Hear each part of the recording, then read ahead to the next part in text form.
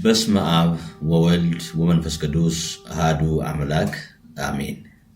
ውድ የመክሊት ዘተዋሕዶ ቤተሰቦች እንደ እግዚአብሔር ቅዱስ ፈቃድ ዛሬ ይዘንላችሁ የቀረብነው መንፈሳዊ አባታችን አቡነ አንጌሎስ ግብፃዊ ካቀረቡልን መንፈሳዊ ምክሮች፣ ተግሳጾችና ታሪኮች መካከል ጥቂቱን ለእናንተ ይዘንላችሁ ቀርበናል። ለእግዚአብሔር ጊዜ ማጣት። እግዚአብሔር ከኛ ጋር እንደሚኖር ሁልጊዜም እንደሚጠብቀን ሁላችንም ያስማማናል። በምህረቱ የሚጎበኘን አምላክ አለን። ሁልጊዜም እንደሚጎበኘን በሁሉም ነገር ላይ እንዳሰለጠነን ለድህነታችን ከሁሉም በፊት ቅድሚያ እንደሚሰጠን ባሰብን ጊዜ እንደሰታለን። ድሮም በአባቶቻችን ጊዜ አሁንም በዚህ ትውልድ እንደሚፈልገንና እንደሚወደን ስንገነዘብ እንደነቃለን። ከሰው ልጆች ጋር ያለን ግንኙነት በአንድ በኩል ከእግዚአብሔር ጋር ያለውን ግንኙነት በሌላ በኩል እንዲሁም ስንመለከት ለማመዛዘን የሚከብዱ ሆነው እናገኛቸዋለን። ሰዎች ከኛ ብዙ ነገር እያገኙ እንኳን ቀና በሆነ ሁኔታ አይወዱንም።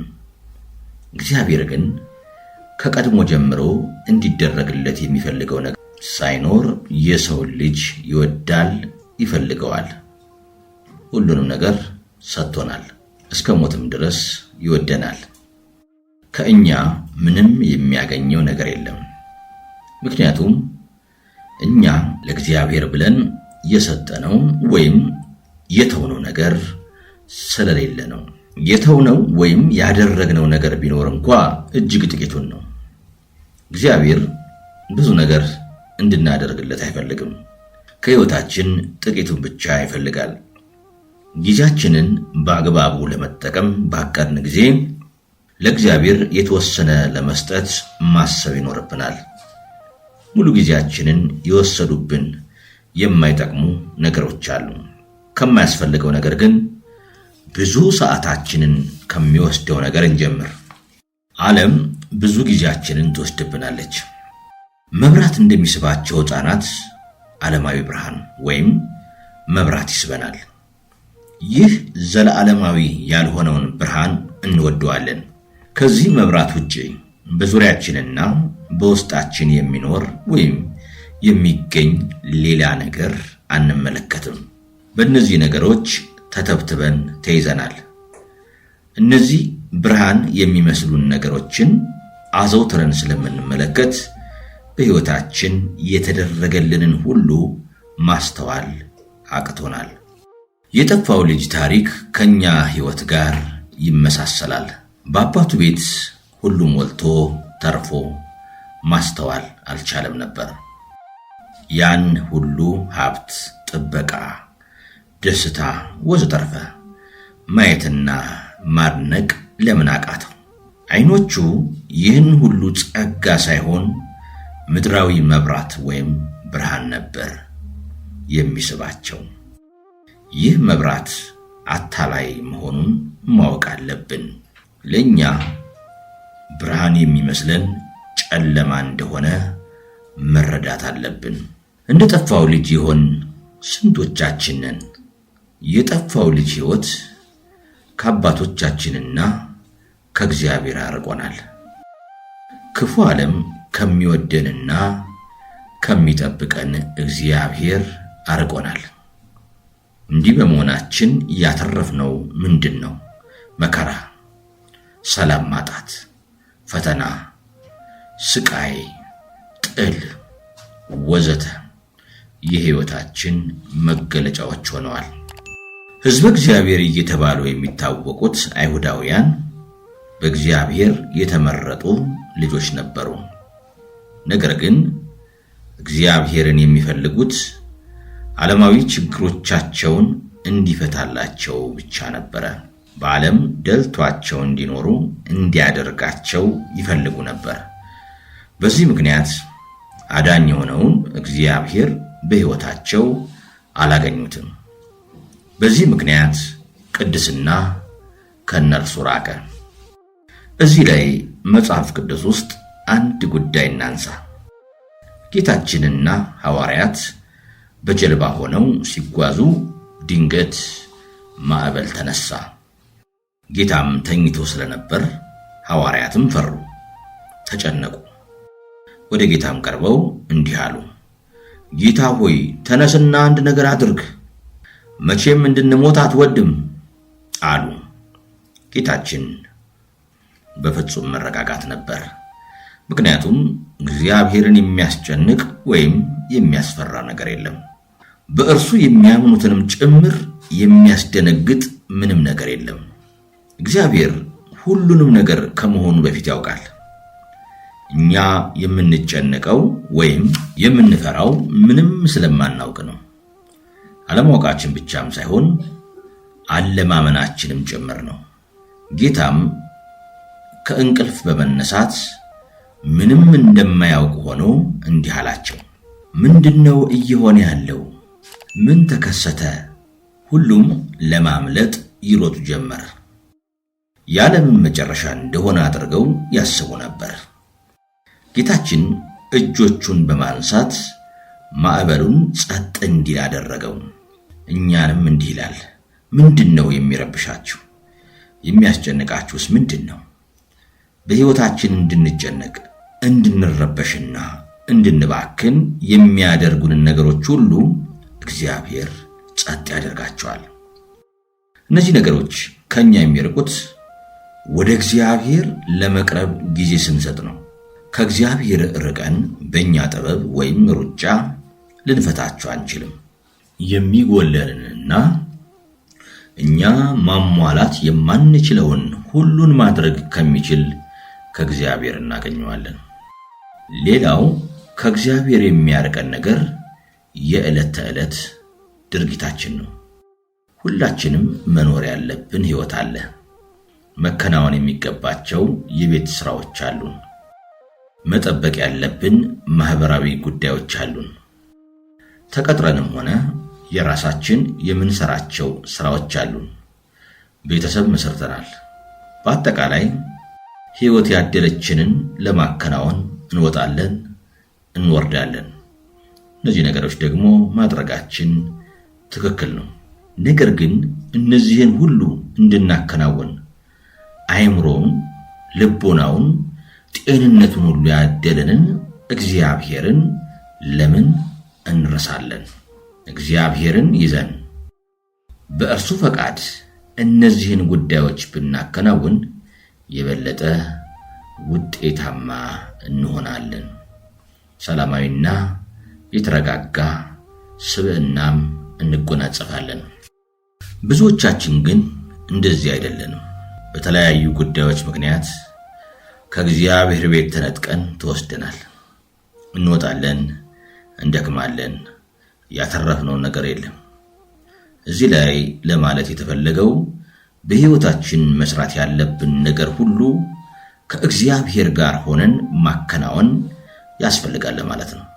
በዓለምና በማህበራዊ ሕይወት ተጽዕኖ ስር ወድቀን መንፈሳዊ ሕይወታችንን ፈጽሞ መርሳት የለብንም።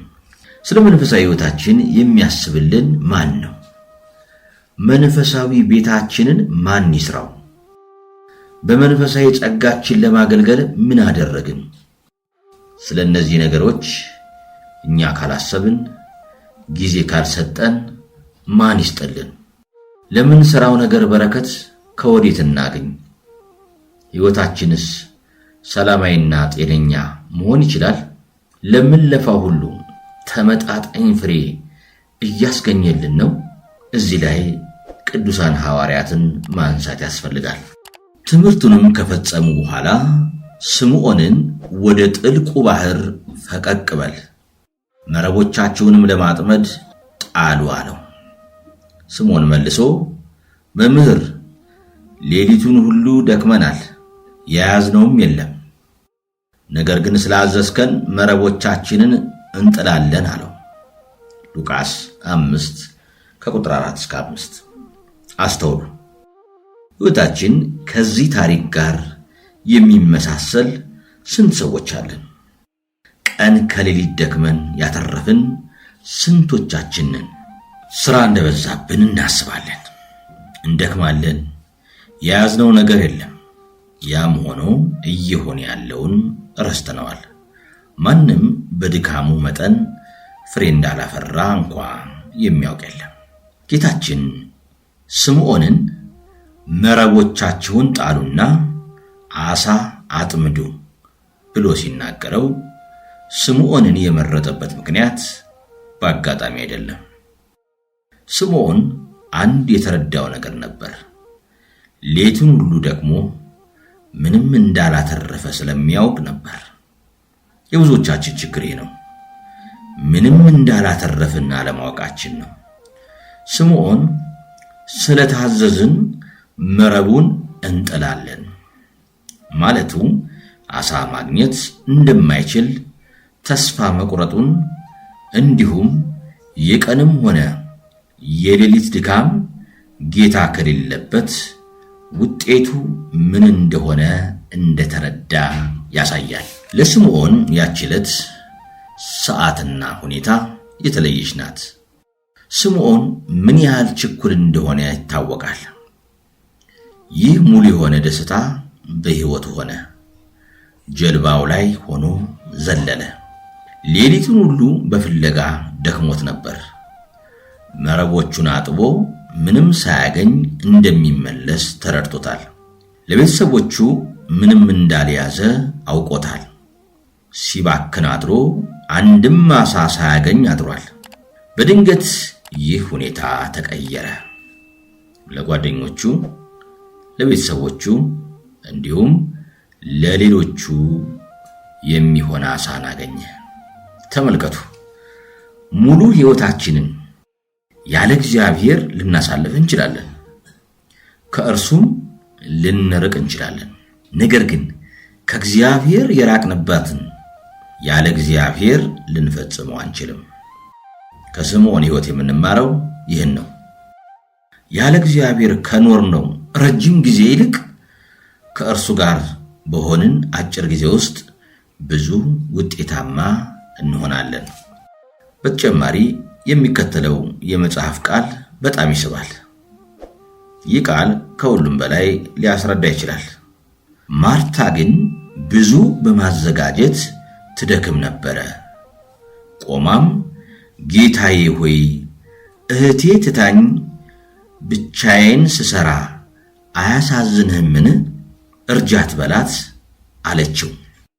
ጌታችን ኢየሱስም መልሶ እንዲህ አላት፣ ማርታ በብዙ ነገር ትደክሚያለሽ፣ ትቸገሪያለሽም፣ ታዘጋጃለሽም። ጥቂት ይበቃል፣ ያም ባይሆን አንድ ይበቃል። ማርያምስ የማይቀሟትን መልካም ዕድልን መረጠች።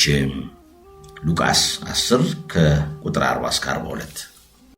በመንፈሳዊ አገልግሎት ውስጥም ሆነን ከእግዚአብሔር ልንርቅ እንችላለን። ይህ በጣም ከባድ ሁኔታ ነው። የመንፈሳዊ አገልግሎት እየሰጠን ከእግዚአብሔር ጋር አለመገናኘት እጅግ ፈተና ነው። የብዙዎቻችን አገልግሎት ፍሬ አልባ የሚሆነው ለዚህ ነው። በሩጫ ውስጥ መኖር ወይስ ከክርስቶስ እግር ስር ቁጭ ብሎ መማር ይሻላል? እዚህ ላይ ልትረዱኝ ይገባል። ሥራ መስራት አያስፈልግም እያልኩ አይደለም። መጸለይ፣ መጾም፣ መጽሐፍ ቅዱስ ማንበብ፣ ማስቀደስ ወዘተ አያስፈልግም እያልኩም አይደለም። እኔ እያልኩ ያለሁት እነዚህ በራሳቸው ግብ ናቸው። እነዚህ ላይ ትኩረት እናድርግ ማለቴ ነው። እነዚህ ነገሮች ብዙዎቻችንን የዕለት ተዕለት ተግባራት እንደሆኑ በመቁጠር ልማድ አድርገናቸዋል። እኔ መጽሐፍ ቅዱስ አነባለሁ፣ ማንበቤንም እወደዋለሁ። ነገር ግን ከእግዚአብሔር መገናኘት ካልቻልኩ መጽሐፍ ቅዱስ እንደ ማንኛውም መጽሐፍ አድርጌ ወስጄዋለሁ ማለት ነው። ተነስቼ ጸልያለሁ፣ ጸሎት ማድረጌንም እወደዋለሁ።